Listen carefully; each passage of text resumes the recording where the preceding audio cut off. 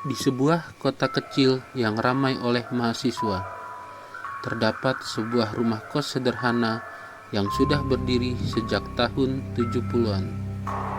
Rumah itu dikenal murah, lokasinya strategis, tapi menyimpan banyak cerita ganjil. Dari semua kamar, ada satu kamar yang selalu menjadi perbincangan.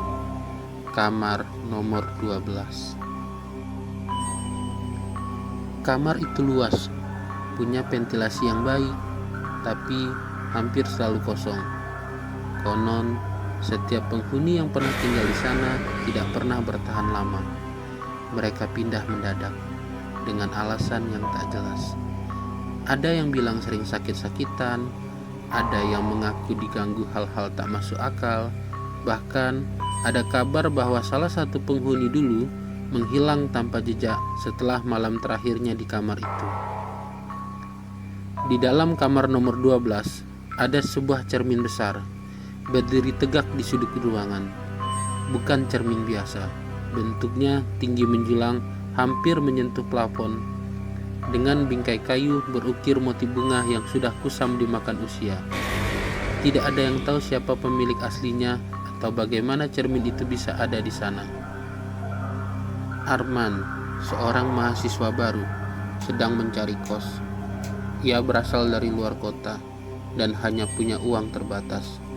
Setelah berkeliling beberapa hari, akhirnya ia menemukan rumah kos yang harganya pas dengan dompetnya. Ibu kos menyambut ramah, tapi wajahnya agak berubah ketika Arman bertanya tentang kamar yang masih kosong. Yang kosong tinggal nomor 12, Mas. Kamarnya luas, ada meja belajar, ada lemari juga. Tapi ya, jarang yang mau ambil kamar itu. Arman mengernyit. Kenapa, Bu? Mahal? Bukan mahal, Mas. Cuma ya, banyak yang nggak betah. Ibu kos tersenyum canggung. Tapi kalau Masnya berani, silakan, saya kasih harga lebih murah. Tanpa pikir panjang, Arman setuju. Baginya yang penting murah. Ia masuk ke kamar itu sore hari, menata barang-barangnya. Saat pertama kali membuka pintu, bau lembab langsung menyambut. Dindingnya agak kusam, tapi masih layak huni. Dan di sudut kamar berdiri cermin besar itu. Arman sempat merinding, tapi mencoba menepis perasaan aneh. Halah, cuma cermin doang. Ia tertawa kecil. Malam itu ia tidur dengan nyenyak, atau setidaknya begitu ia kira. Malam kedua, Arman baru merasakan sesuatu. Saat tengah malam, ia terbangun tanpa sebab. Kamarnya gelap, hanya diterangi cahaya bulan yang masuk lewat ventilasi. Ia menoleh ke arah cermin. Di sana, ia melihat bayangannya sendiri, tapi ada yang ganjil. Bayangan itu seolah lebih lambat bergerak daripada dirinya. Ketika ia mengangkat tangan, bayangan itu terlambat sepersekian detik. Arman mengira itu hanya matanya yang salah fokus. Ia kembali tidur. Namun malam berikutnya, kejadian itu terulang lagi. Kali ini lebih aneh. Bayangan dalam cermin tersenyum, padahal ia tidak sedang tersenyum. Arman terperanjat, menyalakan lampu dan mendapati bayangan itu kembali normal. Ia mengusap wajahnya, mencoba menenangkan diri. Mungkin aku terlalu capek, gumamnya. Tapi sejak saat itu, ia mulai merasa cermin itu seperti mengawasinya. Suatu malam, rasa penasaran Arman mengalahkan rasa takutnya. Ia menyalakan lilin, duduk menghadap cermin, dan menatap bayangannya lama sekali. Awalnya tak terjadi apa-apa, tapi kemudian bayangan itu bergerak sendiri. Bayangan Arman mengangkat tangan, padahal Arman diam. Lalu ia melihat sekeliling. Di balik cermin, kamar itu sama persis, tapi dengan nuansa berbeda. Cat dinding lebih kusam, lampu-lampu redup, dan udara tampak berkabut. Arman mendekat, dan seketika permukaan cermin bergetar seperti air. Jantungnya berdegup kencang. Ia menyentuh permukaan itu dan tangannya masuk ke dalam. Panik, Ia menarik kembali tangannya, tapi perasaan aneh muncul, seolah ada yang menarik dari sisi lain. Keesokan harinya, Arman menceritakan hal ini pada temannya, Dito. Namun Dito hanya menertawakan. "Lu kebanyakan nonton film horor, Man. Udah, jangan mikir aneh-aneh. Fokus kuliah aja." Tapi Arman tahu apa yang dilihatnya nyata. Rasa penasaran semakin mengganggu. Akhirnya, suatu malam, Arman memberanikan diri masuk ke dalam cermin. Ia melangkah perlahan, dan tubuhnya seperti ditelan air dingin. Saat membuka mata, ia sudah berada di kamar yang sama, tapi bukan kamar yang ia kenal. Dindingnya penuh jamur, bau busuk menyengat. Udara begitu berat membuatnya susah bernapas. Ia menoleh ke arah jendela.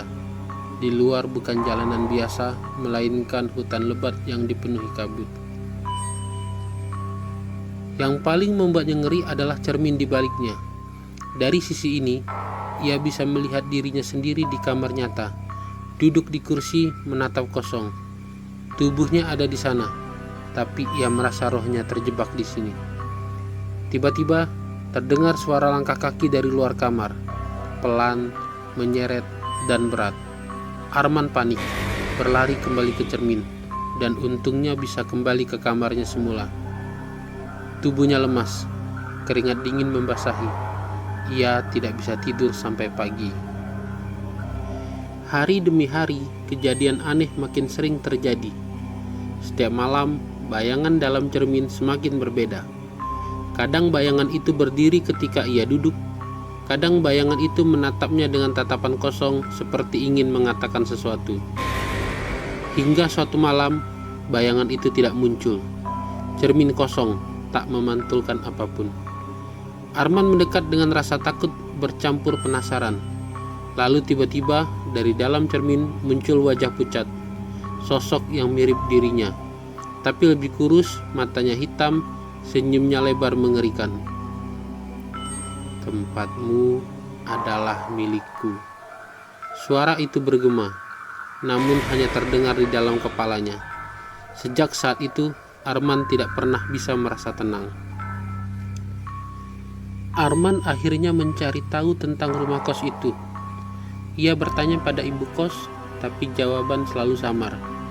Hingga seorang tetangga tua, Pak Surya, berbisik kepadanya, "Cermin itu bukan cermin biasa. Itu peninggalan keluarga lama yang tinggal di rumah itu. Dulu, anak pemilik rumah sering bicara sendiri di depan cermin. Katanya ada teman di balik sana. Lama-lama dia menghilang, gak pernah ditemukan. Ada yang bilang dia tertarik masuk ke dalam cermin dan enggak bisa kembali." Arman merinding. "Kenapa enggak dihancurin aja cerminnya, Pak?" Pak Surya menggeleng. "Sudah pernah dicoba, tapi setiap kali dihancurkan, cermin itu muncul lagi di tempat yang sama, seperti rumahnya sendiri."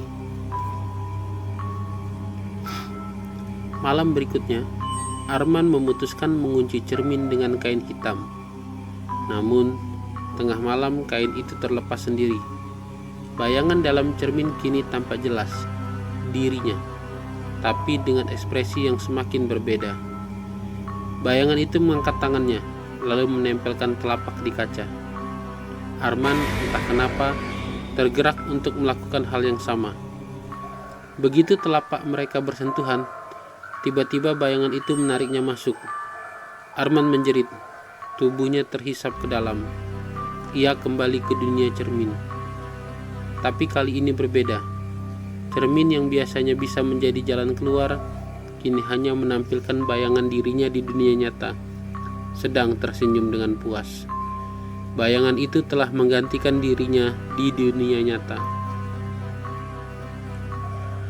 Arman panik, berlari ke pintu kamar, tapi pintu itu terkunci rapat. Dari luar terdengar suara tawa dirinya sendiri. Ia berusaha memukul kaca cermin, namun cermin itu kini keras tak bisa ditembus. Hari berganti malam, malam berganti hari. Di dunia nyata, tubuhnya yang asli kini dikuasai oleh sosok dari balik cermin. Ia kuliah, ia berbicara, ia hidup seperti Arman yang normal. Tidak ada yang menyadari bahwa jiwa asli Arman terjebak di dunia lain. Di dunia cermin, Arman terus mendengar bisikan-bisikan. Bisikan dari mereka yang juga pernah terjebak. Suara-suara samar yang menangis, menjerit, memohon. Mereka adalah korban-korban sebelum dirinya. Dan kini Arman menjadi salah satu dari mereka. Kamar nomor 12 kembali kosong setelah beberapa bulan. Penghuni terakhir, seorang mahasiswa bernama Arman, tiba-tiba menghilang tanpa jejak. Orang-orang bilang ia pulang kampung, tapi ibu kos tak pernah benar-benar tahu. Cermin besar itu masih berdiri di sudut kamar, tenang menunggu korban berikutnya. Jika ada yang cukup berani menatap terlalu lama, mungkin mereka juga akan melihat dunia lain di balik kaca.